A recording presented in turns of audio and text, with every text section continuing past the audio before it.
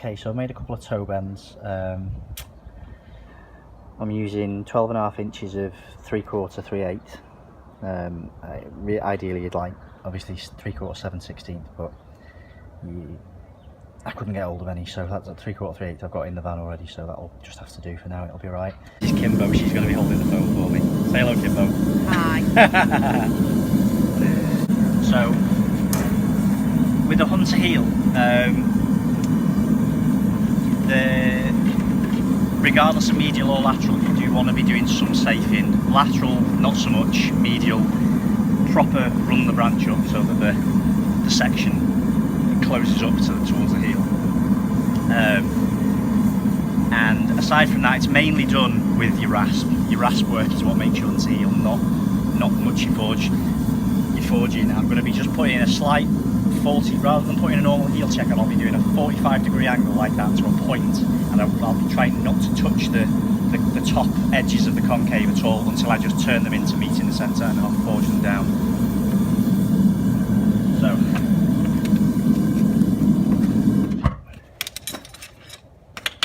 .45, and you just have to keep working it so that you keep your 45 in the centre of the stock. Like that, flatten, more this side, flatten, more that side, flatten, more that side,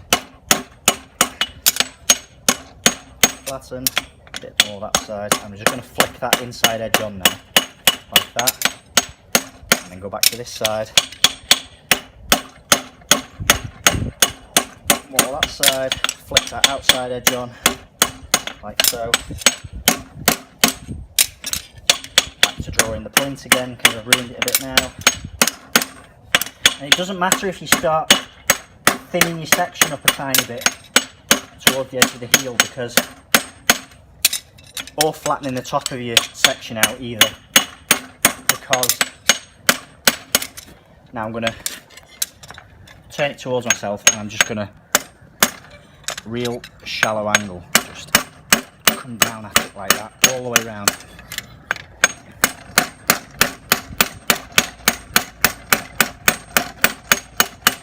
Okay, then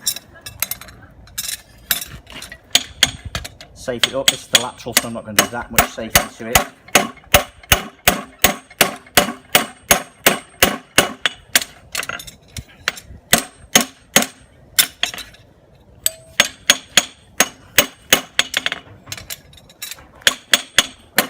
Again.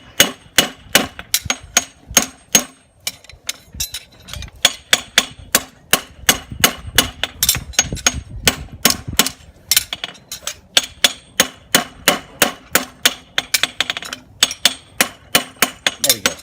That's enough really. So it looks a mess. It does look a mess, but it won't look a mess once you finish rasping it. It's basically, it's all in the rasping.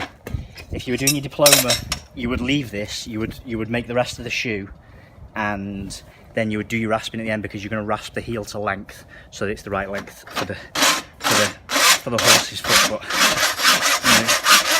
So that all this rasping would be done, or the inside edge would be done with a half-round bastard file, because once you've made the shoe, you obviously can't do this with a flat rasp. You come round like so.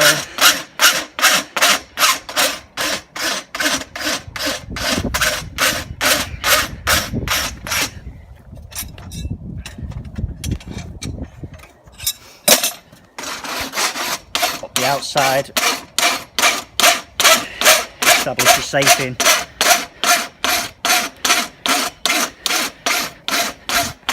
and basically what they like to see is on the top of the very top surface of the heel here, they like to see just this top surface coming to a rounded point. So if you use your rasp to establish that rounded point like that, like so, and then just rasp the rest into it.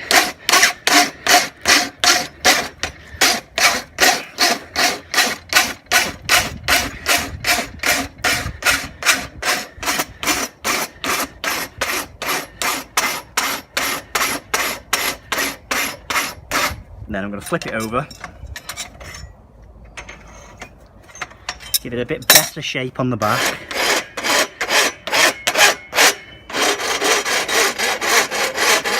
Like that, so it still meets in the middle and it's even.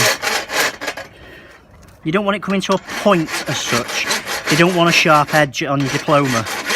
You don't want a real sharp edge anywhere. So if you just round it ever so slightly, just so it just takes the sharp edge off of it, and then back to the top side.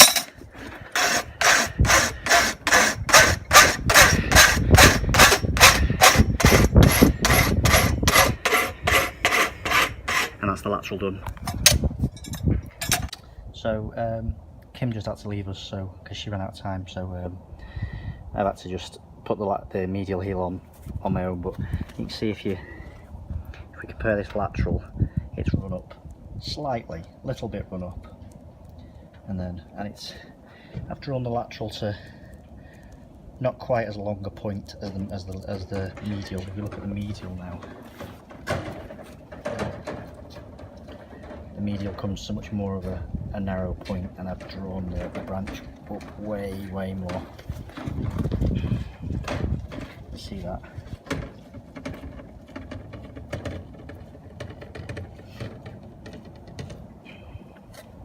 If you look at the angle that's on it, it's still quite an upright angle, but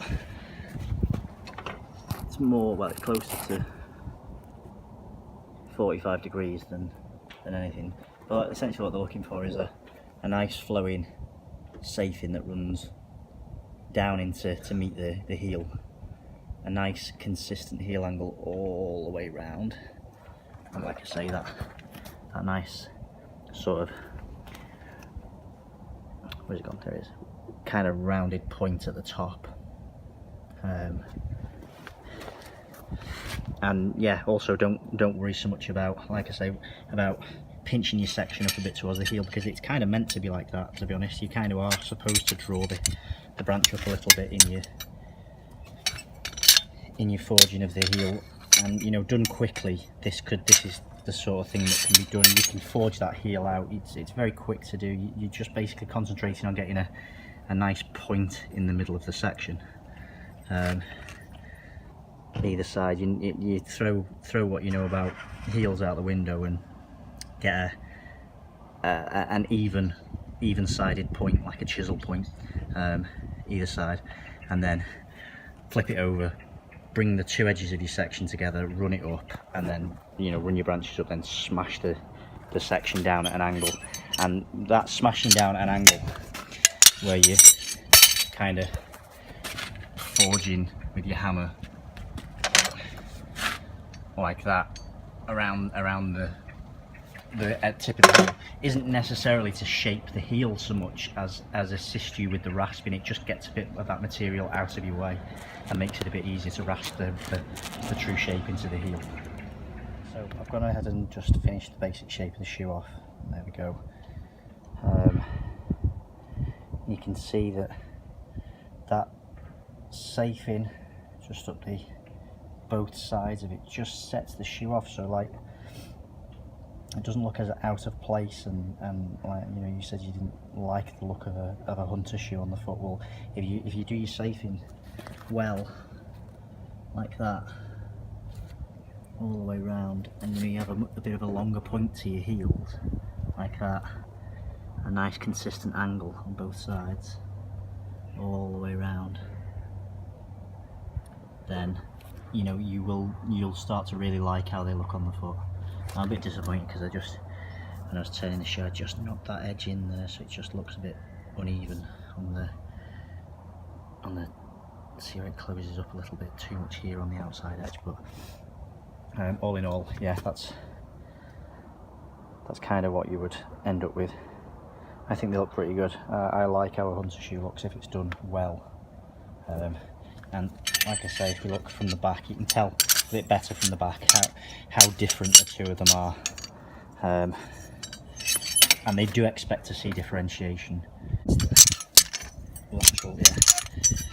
Lateral on this side is a bit of a fatter point fatter, shorter point than the medial, which is a bit more drawn up and a bit narrower and a bit a longer point. And they'll expect you on the day, it's subjective, you're trying to match the angle of the heel, so if you get a really upright foot with upright heels, then you're going to do a bit more of an upright heel on your shoe. But as far as a specimen goes, you look at it pretty much around that kind of angle, maybe 40, just a bit more upright than 45 degrees, maybe 50 degrees, something like that. And it's a real deep safing on the lateral side.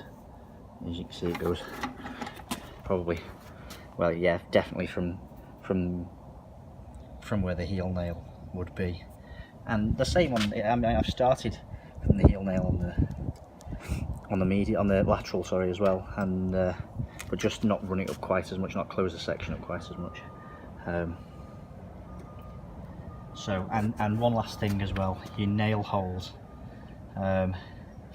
Obviously in that picture you sent to me of the job you've done, you didn't use your 2 toenails, which is, you know, it's not an issue on your everyday shoeing. It doesn't make a blind bit of difference, but on your diploma they will expect you to use every nail hole you put in the shoe.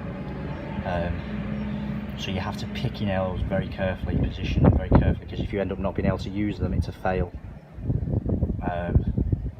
And obviously they don't really mind how many nail holes you use in hunter shoes, but be aware of the tradition that, you know, a traditional hunter shoe is made with 7 nails, 4 on the outside and 3 on the inside. And if you don't use 7 nails, they don't mind if you don't use 7 nails, but if they don't use 7 nails, they'll probably ask you in your oral exam why you didn't use 7 nails, and be prepared to explain your reasoning. You know, as an apprentice, it was easy just to say something. I used 3 and 3, I think, so I had 6 nails, and I think I just said, oh, that's just the way my boss always makes us do it, and they were happy with that. But you know, for a guy who's has not done an apprenticeship, they might be a bit more picky about why you've not done it, so they might be expecting a bit more of a detailed answer, you know, as to conservation of wall strength and using the minimum amount of nails possible to keep a shoe on securely and whatnot. But yeah, other than that, there you go, job done.